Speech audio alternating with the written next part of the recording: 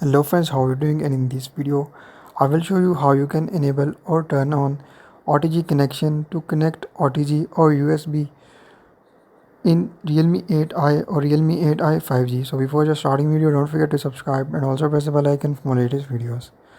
So to connect OTG, you just need to enable OTG connection in Realme 8i or Realme 8i 5G. So simply first of all just tap on settings and then go to OTG connection settings and just follow every single step as I'm showing you in this video.